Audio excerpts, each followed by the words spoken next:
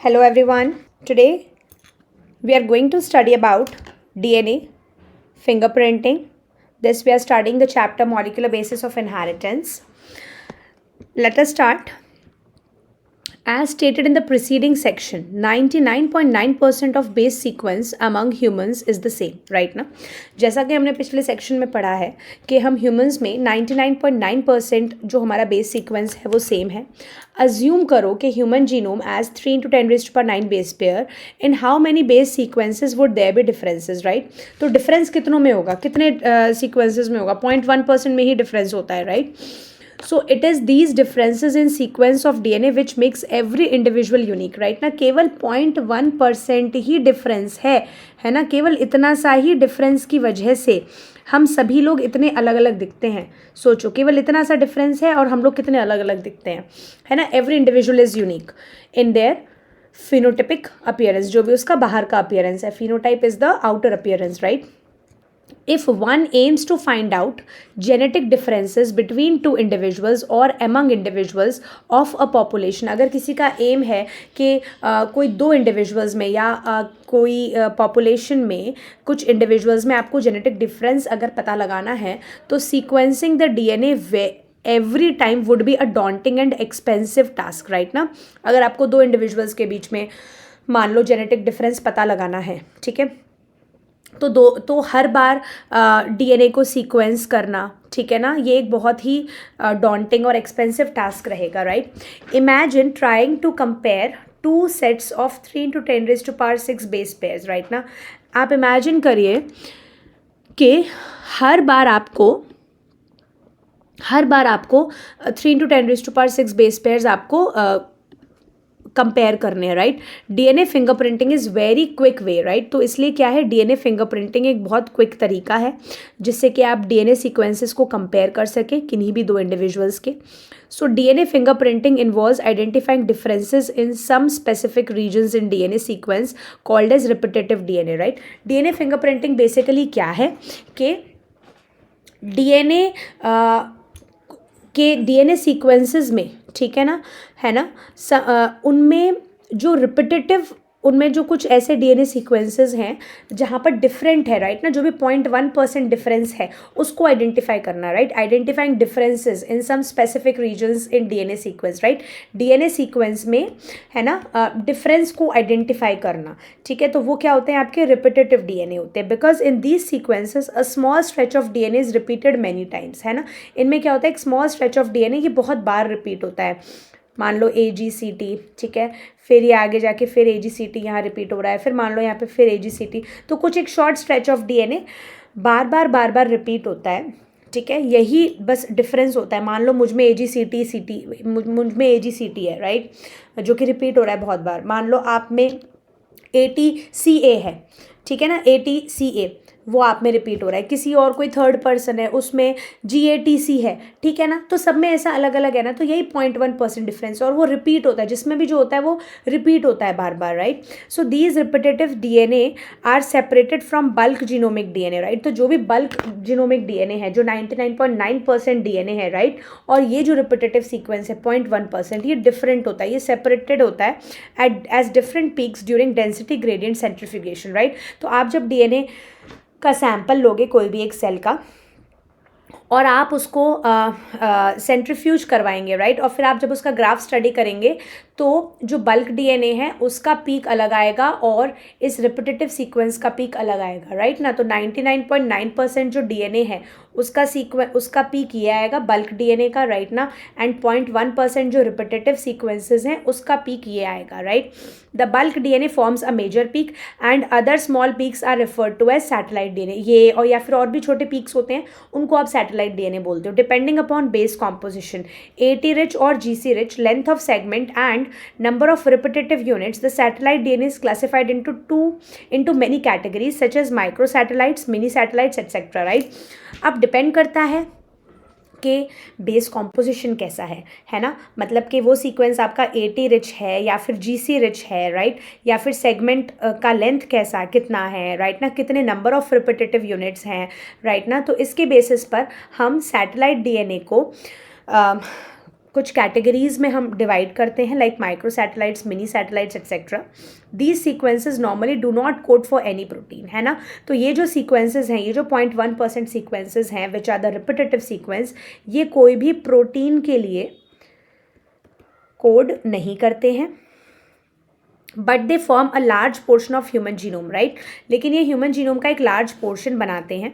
These sequences show high degree of polymorphism and form the basis of DNA fingerprinting, right. तो इन sequences में बहुत high degree of polymorphism है, सब में अलग अलग है. मैंने जैसा बताया, जैसे मान लो मुझ में AGCT है, आप में GATC है, किसी और में TCGA है, राइट ना. तो ये पॉलीमॉर्फिज्म है, सब में अलग अलग है, राइट. और यही बेसिस है डीएनए फिंगरप्रिंटिंग का, ठीक है, polymorphism in this repetitive sequences. Since DNA from every tissue, हमारे हर टिश्यू का जो DNA है, जैसे मान लो हमारे ब्लड से अगर DNA ले लो, हमारे हेयर फॉलिकल से ले लो, स्किन, बोन, सलाइवा, स्पर्म, किसी से भी अगर DNA आप एक्सट्रैक्ट कर लेते हैं from an individual, show the same degree of polymorphism, they become very useful identification tool in forensic applications, right ना. तो अब जैसे मेरी बॉडी है, मेरी बॉडी में आप ब्लड से ले लो, राइट ना, या मेरे हेयर फॉलिकल से आप सैंपल ले लो, तो मेरे उनमें जो डीएनए में जो रिपीटेटिव सीक्वेंस आएगा सेम ही होगा. मेरे ब्लड में भी वही होगा, मेरे हेयर फॉलिकल्स में भी वही होगा, मेरे स्किन में भी वही होगा, क्योंकि मुझ में वही है, वही सीक्वेंस है, राइट ना. तो ये एक बहुत ही इम्पॉर्टेंट टूल हो जाता है फॉरेंसिक एप्लीकेशन में, फॉरेंसिक साइंस में हम इसको काफ़ी यूज़ करते हैं. Further, as the polymorphisms are inheritable from parents to children. Polymorphism क्या है, ये पेरेंट्स से चिल्ड्रन में जाता है. So DNA fingerprinting is the basis of paternity testing in case of disputes, right. तो जैसे मान लो ये AGCT सीक्वेंस इफ मेरे में है, लेट सपोज ये रिपीटेटिव सीक्वेंस मेरे में है, तो ये जो रिपीटेटिव सीक्वेंस मेरे में है, ये या तो मेरी मदर से या मेरे फादर से आया होगा, राइट ना. कोई रिपीटेटिव सीक्वेंस मेरे में मेरे फादर से होगा, या और कोई रिपीटेटिव सीक्वेंस मेरे में मेरी मदर से होगा, राइट ना. तो ये पैटर्निटी टेस्टिंग में काम में आ जाता है ना. अगर प्रॉपर्टी डिस्प्यूट्स होते हैं, ऐसा होता है ना कि भाई ये बेटा है, ये क्लेम कर रहा है कि ये मेरी प्रॉपर्टी है, तो क्या होता है, डीएनए टेस्टिंग होती है. ऐसा कहते हैं ना, आप लोगों ने नॉर्मली सुना होगा, डीएनए टेस्टिंग होती है, राइट ना. क्या होता है डीएनए टेस्टिंग में, यही होता है बेसिकली रिपीटेड, मतलब कि यही टेस्ट होता है कि फादर का जो रिपीटेटिव सीक्वेंस है ना, फादर का रिपीटेटिव डीएनए है ना, और बेटे का रिपीटेटिव डीएनए, मान लो बेटा या बेटी जो भी, ठीक है, या उसका सन या डॉटर जो भी है ना, इनका रिपीटेटिव डीएनए अगर सेम आ जाता है तो ये इसका फादर है, अगर नहीं आता है सेम तो ये इसका फादर नहीं है. तो बेसिकली आप पढ़ते हो कि भाई डीएनए टेस्ट कराओ, है ना, ये इसका फादर या मदर है या नहीं है, या इसके बच्चे हैं या नहीं है. तो डीएनए टेस्ट में आप क्या करते हैं, यही जो रिपीटेटिव डीएनए सीक्वेंसेस हैं, राइट ना, ज़रूरी नहीं है ये 4 बेस पेयर्स के ही हों, ये कितने भी बड़े या छोटे हो सकते हैं, है ना. तो वो सेम होने चाहिए, राइट ना. So that is like a basis of paternity testing in property disputes and all. As polymorphism in DNA sequence is the basis of genetic mapping, right. तो ये जो डीएनए सीक्वेंस में जो ये पॉलीमॉर्फिज्म है, पॉलीमॉर्फिज्म मतलब कि हर इंडिविजुअल में अलग अलग है. ए इंडिविजुअल में रिपीटेटिव सीक्वेंस अलग है, बी इंडिविजुअल में अलग है, सी इंडिविजुअल में अलग है. इस ए इंडिविजुअल से जो आया है ये इसके पेरेंट्स से आया है, राइट ना. बी में जो आया है ये इसके अपने पेरेंट्स से आया है, राइट ना. तो ये पॉलीमॉर्फिज्म जो है डीएनए सीक्वेंसेस में, यही बेसिस है जेनेटिक मैपिंग का of human genome as well as of DNA fingerprinting का भी यही बेसिस है, राइट. ये जो पॉलीमॉर्फिज्म है सभी में अलग अलग है, right. So it is essential that we understand what DNA polymorphism means in simple terms. तो पॉलीमॉर्फिज्म क्या है, variation at genetic level, right. Genetic level पर जो वेरिएशन है इंडिविजुअल टू इंडिविजुअल, जो कि म्यूटेशन की वजह से अराइज होता है obviously, right. Recall different kind of mutations and their effects that you have already studied in chapter 4, right. तो म्यूटेशंस वगैरह आप principles of inheritance and variations chapter में आप स्टडी करते हैं. If you want me to cover this topic I will cover, you can please comment below, I will take that topic as well. मैं वो, अगर आप चाहते हैं कि मैं वो चैप्टर भी पढ़ाऊँ जेनेटिक्स वाला, तो I can teach you that chapter as well, right. तो ये जो पॉलीमॉर्फिज्म आता है ना, जो कि जेनेटिक लेवल पर है, ये क्यों आया है, म्यूटेशन की वजह से ही तो आया है. आप point mutation, frame shift mutation, काफ़ी सारे म्यूटेशंस आप पढ़ते due to insertion and deletion and all. So and in the preceding sections in the chapter, new mutations may arise in an individual either in somatic cells or in the germ cells, right. तो किसी भी individual में जो नए mutations आते हैं, ठीक है ना, तो वो आपका या तो सोमैटिक सेल में आते हैं या फिर जर्म सेल्स जो एग और स्पर्म होते हैं उनमें भी आ सकते हैं. Cells that generate gametes in sexually reproducing organism. Germ cells क्या होते हैं? जो कि गैमीट्स बनाते हैं, है ना. oocytes एंड स्पर्मेटोसाइट्स जो होते हैं. If a germ cell mutation does not seriously impair individuals ability to have offspring, who can transmit the mutation, right. So अगर कोई जर्म सेल में ऐसा कुछ म्यूटेशन होता है जिससे कि उस इंडिविजुअल की ऑफस्प्रिंग बनने की क्षमता नहीं खत्म हो रही है ना, अगर ऐसा कोई म्यूटेशन हो रहा है जिससे कि वो इंडिविजुअल जो है वो बच्चा पैदा कर पा रहा है ना, तो वो म्यूटेशन जाएगा उसके बच्चे में. That individual can transmit that mutation to its offspring, right. It can spread to the other members of population, right. अब क्योंकि उसके बच्चे में जाएगा, फिर उसके बच्चे से, फिर उसके बच्चे में, फिर उसके बच्चे से, फिर उसके बच्चे में, राइट ना. तो ये धीरे धीरे करके पूरे पॉपुलेशन में ये फैल जाएगा through sexual reproduction obviously, right. So allylic, again recall the definition of alleles from chapter 4. Alleles क्या होते हैं, ठीक है, ये भी आप पढ़ते हैं जेनेटिक्स चैप्टर में, है ना. आर कैपिटल आर, राइट ना. इस तरीके से आपने पढ़ा होगा capital T small T, right. Pair of alleles. If you want me to explain this point as well, I will take that point. Please comment below, I will explain you that as well, right? So allelic sequence variations has traditionally been described as a DNA polymorphism if more than one variant allele at a locus occurs in human population with a frequency greater than 0.01, right? तो ये जो allelic sequence variation है, मतलब कि allele के sequence में जो variation आता है, ठीक है ना, इसी को आप डीएनए पॉलीमॉर्फिज्म बोलते हैं ट्रेडिशनली. अगर एक variant at a locus occurs in human population with a frequency greater than 0.01, right. अगर एक वेरिएंट आ रहा है, अगर एक एलील में एक वेरिएंट आ रहा है और उसकी फ्रीक्वेंसी कितनी है, 0.01 से ज़्यादा है, ठीक है ना, तो उसको आप एलिलिक सीक्वेंस वेरिएशन बोलते हैं, ठीक है. In simple terms, if an inheritable mutation is observed in a population at high frequency, right? सीधी भाषा में अगर कोई एक ऐसा म्यूटेशन हुआ है जो कि इनहेरिट हो रहा है, राइट ना, अगर कोई ऐसा म्यूटेशन हुआ है जो कि पेरेंट से ऑफस्प्रिंग में जा रहा है, ठीक है ना, और अगर वो हाई फ्रीक्वेंसी पर जा रहा है तो इसी को आप डीएनए पॉलीमॉर्फिज्म बोलोगे, ठीक है. अगर कोई म्यूटेशन है, ठीक है, जो कि पेरेंट से ऑफस्प्रिंग में ये म्यूटेशन जा रहा है तो इसी को आप डीएनए पॉलीमॉर्फिज्म बोलेंगे, right. The probability of such variation to be observed in non coding DNA sequence, right. तो ऐसे वेरिएशंस की प्रोबेबिलिटी कहाँ होती है, basically non coding DNA sequences में होती है. Would be higher as mutations in these sequences may not have any immediate effect और impact in an individuals reproductive ability, right ना. तो ये जो जनरली म्यूटेशंस होते हैं ये बेसिकली आपके जो नॉन कोडिंग डीएनए सीक्वेंसेस होते हैं उनमें होते हैं, राइट ना, उनमें ज़्यादा होते हैं, उनमें होने के चांसेस ज़्यादा होते हैं क्योंकि ये कोई प्रोटीन के लिए तो कोड नहीं कर रहे हैं, राइट. तो इसका अगर कोई इसमें म्यूटेशन भी आ रहा है तो उसका कोई एक डायरेक्ट इफेक्ट या इमीडिएट इफेक्ट नहीं हो रहा है जिससे कि उस इंडिविजुअल की रिप्रोडक्टिव एबिलिटी पर कोई फर्क पड़े. These mutations keep on accumulating generation after generation. अब ये जो mutations है ऑब्वियसली एक जनरेशन से दूसरे जनरेशन कुछ ना कुछ चेंज होता चला जाएगा, एक्यूमुलेट होते चले जाएंगे and form one of the basis of variability और पॉलीमॉर्फिज्म, राइट. और इसी से ही यही म्यूटेशन जो जनरेशन बाय जनरेशन चलता चला जाएगा, यही बेसिस है वेरिएबिलिटी का और पॉलीमॉर्फिज्म का, जो वेरिएबिलिटी आप आज पॉपुलेशन में देख रहे हैं. There is a variety of different types of polymorphisms, right now. Different types of polymorphisms है ranging from single nucleotide change to very large scale changes, है ना. एक न्यूक्लियोटाइड भी डिफरेंट हो सकता है और बहुत सारे भी हो सकते हैं. For evolution and speciation, such polymorphisms play very important role, right. और evolution के लिए और speciation के लिए ऐसे polymorphisms बहुत important role play करते हैं and you will study these in detail at higher classes. अब जो टेक्निक्स हैं डीएनए फिंगरप्रिंटिंग की वो हम देखते हैं. was initially developed by Alec Jeffrey, right. So Alec Jeffrey ने सबसे पहले DNA fingerprinting की टेक्निक को initially develop किया था. He used a satellite DNA as probe that shows very high degree of polymorphism, right. इन्होंने satellite DNA को probe use किया. satellite DNA क्या, जो कि repeat हो रहा है बहुत, जिसके पास repetitive DNA sequence है, right, that is satellite DNA.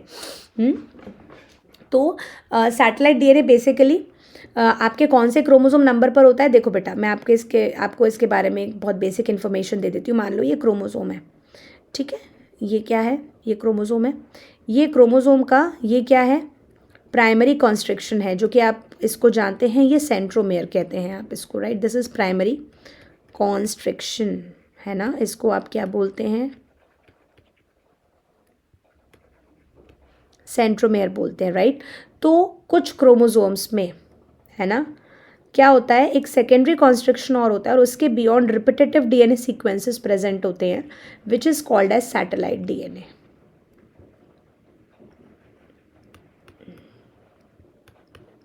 इस सैटेलाइट डीएनए में क्या होता है?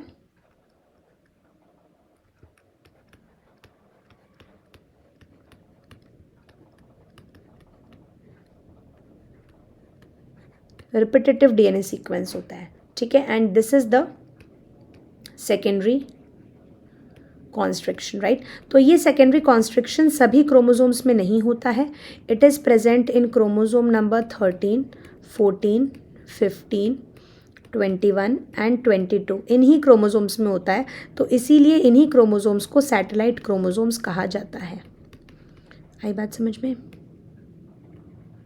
सैटेलाइट क्रोमोसोम्स कहा जाता है, ठीक है, जिनके पास सैटेलाइट डीएनए होता है। सैटेलाइट डीएनए में क्या होता है? रिपीटेटिव सीक्वेंसेस होते हैं, जो कि कुछ कुछ शॉर्ट स्ट्रेचेस में वो सीक्वेंस रिपीट कर रहा है, राइट।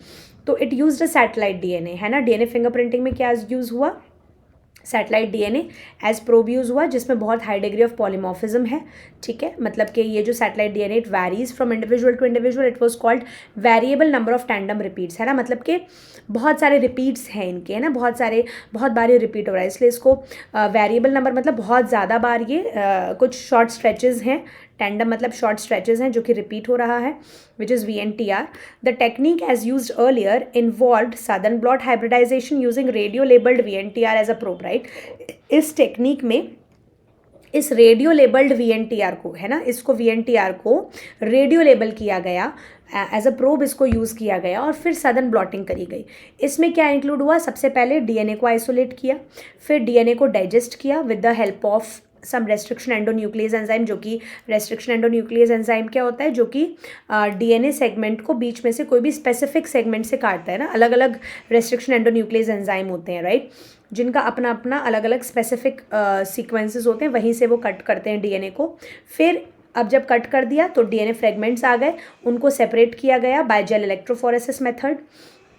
फिर इसको ट्रांसफ़र किया गया, जो भी जेल इलेक्ट्रोफोरेसिस करके जो भी आपके पास फ्रेगमेंट्स ऑफ डीएनए आए, फिर आप इसको ट्रांसफ़र करेंगे, ब्लॉटिंग करेंगे, है ना, सदन ब्लॉटिंग करेंगे of separated DNA fragments to synthetic membrane, right, है ना। तो अब आप इसको सिंथेटिक मेम्ब्रेन पर इसको आप ट्रांसफ़र करोगे, जैसे कि आप नाइट्रोसेलुलोज मेम्ब्रेन या नायलॉन भी आप ले सकते हैं।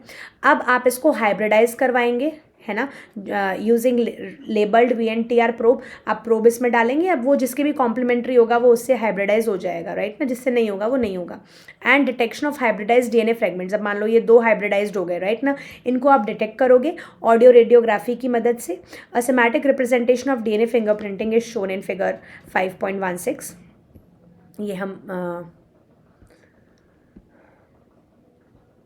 इसमें दे रखा है, ठीक है। कैसे ये आता है अभी हम पढ़ेंगे इसको। देखो, the VNTR belongs to a class of satellite DNA, right. तो VNTR क्या है? ये सैटेलाइट डीएनए की क्लास से बिलोंग करता है, जिसको आप मिनी सैटेलाइट बोलते हैं।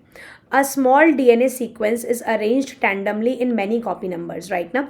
तो एक छोटा सा डीएनए सीक्वेंस जो है वो बहुत बार कॉपी होता है इन कॉपी नंबर्स में, right. The copy number varies from chromosome to chromosome in an individual, right. अब हर मतलब कि ये जो कॉपी नंबर है वो इंडिविजुअल में क्रोमोसोम टू क्रोमोसोम वेरी करता है। मान लो इस क्रोमोसोम में 100 कॉपीज़ हैं, तो दूसरे क्रोमोसोम में मान लो 50 कॉपीज़ हैं, तीसरे क्रोमोसोम में मान लो 70 कॉपीज़ है, इस तरीके से, ठीक है। The numbers of repeat show very high degree of polymorphism, right. जितने ज़्यादा नंबर बार ये रिपीट करेगा, जितनी ज़्यादा बार ये सीक्वेंस रिपीट करेगा, उतना ही ज़्यादा इसमें ये हाई डिग्री ऑफ पॉलीमॉर्फिज्म ये एग्जिबिट करेगा। As a result, the size of VNTR varies in size from 0.1 to 20 kb, right ना. तो VNTR का साइज कितना वैरी करता है, 0.1 से लेकर 20 kb किलो बेसिस तक ये होता है. Consequently after hybridization with VNTR probe से हाइब्रिडाइज होने के बाद the auto radiogram gives many bands of different sizes, right. Auto radiogram जो है वो बहुत सारे बैंड्स देता है अलग अलग साइजेस के. फिर ये जो बैंड्स हैं गिव अ कैरेक्टरिस्टिक पैटर्न, हर एक बैंड का अपना कैरेक्टरिस्टिक पैटर्न है फॉर एन इंडिविजुअल डीएनए, ठीक है. It differs from individual to individual in a population, right. तो ये जो डिफरेंट VNTRs हैं ये वैरी करता है individual to individual, right, except in case of monozygotic. जो आइडेंटिकल ट्विन्स हैं उनमें इतना वैरी नहीं करता, लेकिन इंडिविजुअल टू इंडिविजुअल ये जो VNTRs हैं कितनी बार ये रिपीट हो रहे हैं, क्या इनका साइज है, वो सब वैरी करता है. The sensitivity of the technique has been increased by use of polymerase chain reaction, right. और इस टेक्निक की सेंसिटिविटी कैसे बढ़ी, polymerase chain reaction PCR, right ना. ये आप बायोटेक चैप्टर में पढ़ते हैं polymerase chain reaction. Consequently DNA from a single cell is enough to perform DNA fingerprinting analysis, right. DNA fingerprinting के एनालिसिस के लिए एक ही सेल से DNA काफ़ी है. In addition to application in forensic science, इसका एप्लीकेशन फॉरेंसिक साइंस में भी है, इसका मच वाइडर एप्लीकेशन भी है, जैसे कि such as in determining population and genetic diversities, right. population में diversity, genetic diversity को भी determine करता है ये. currently many different probes are used to generate DNA fingerprinting. आज की डेट में बहुत सारे probes यूज़ होते हैं DNA fingerprinting को generate करने के लिए, right ना. तो ये यहाँ पर आप देखिए एक बहुत ही सिमेट्रिक रिप्रेजेंटेशन दिया है of DNA fingerprinting. few representative chromosomes have been shown to contain different copy number of VNTR, right. कुछ जो क्रोमोसोम्स हैं उसमें डिफरेंट आपको कॉपी नंबर दिख रहा है VNTR का, जैसे कि आप क्रोमोसोम नंबर 7 में देखिए ये VNTRs हैं, है ना. तो ये जो इस इंडिविजुअल में है ये एक तो पैटर्नल है और एक मैटर्नल है. क्रोमोसोम नंबर 2 में ये VNTRs हैं, 16 में ये VNTRs हैं, राइट ना. और ये इंडिविजुअल A का है और ये इंडिविजुअल B का है, ठीक है. सब में अपने अलग अलग VNTRs हैं, है ना. और फिर इनका सैंपल लिया गया, A का इसमें डाला गया और B का सैंपल इसमें डाला गया, जेल इलेक्ट्रोफोरेसिस किया गया, फ्रेगमेंट्स ऑफ DNA आए, ठीक है. और ये जो DNA है ना, ये क्राइम सीन में एक DNA मिला है ना, ये क्राइम सीन का एक वो है. For the sake of understanding different colour schemes have been use to trace the origin of each band in the gel. The 2 alleles paternal and maternal of a chromosome also contain different copy numbers of VNTRs, right ना. तो paternal और maternal different copy numbers हैं इसके पास. It is clear that the banding pattern of DNA from crime scene matches with individual B and not with A. तो देखो बेटा, एक क्राइम सीन हुआ, वहाँ पे ब्लड मिला, उस ब्लड से जो DNA आइडेंटिफाई किया गया वो DNA ये था, राइट. उसके DNA में क्रोमोसोम नंबर 7 का ये VNTR था, 2 का ये था और 16 का ये था, राइट. तो ये फिर इसका जेल इलेक्ट्रोफोरेसिस किया गया, it comes out to be like this, right. और फिर जो ये आपको 2 इंडिविजुअल्स A और B इंडिविजुअल्स पर हमको शक था, तो जिन पर हमको शक था हमने भी उन दोनों के ब्लड सैंपल्स को लिया और हमने उनका ये जेल इलेक्ट्रोफोरेसिस किया. तो अब आप यहाँ पर देख सकते हो कि किसके बैंड सिमिलर आ रहे हैं. C का जो बैंड है वो B के साथ सिमिलर आ रहा है ना बेटा, B के साथ सिमिलर आ रहा है. तो जिसने मर्डर किया है वो कौन है, हाँ मतलब मर्डरर कौन है, who is the culprit here. B वाला ही तो कल्प्रिट है. आपको दो पे डाउट था ना, A पे या B पे. तो अब इसमें से जो गुनहगार है वो कौन है, B ही तो है, क्योंकि जो ब्लड सैंपल आपको क्राइम साइट से मिला है ना वो ब्लड सैंपल इसके बैंड से मैच कर रहा है ना, दोनों के बैंड्स मैच कर रहे हैं, right. So this is how you use it in forensic science and then getting the family disputes settled down, right. So we are done with this chapter. आपको इस chapter से related और भी कोई doubt है तो you can comment below. I will take your query in the next session. Hope you all enjoyed the session and got the concepts very clearly. Next chapter आपको क्या पढ़ना है you can comment below. I will teach that chapter as well. Okay, bye bye, good day, take care.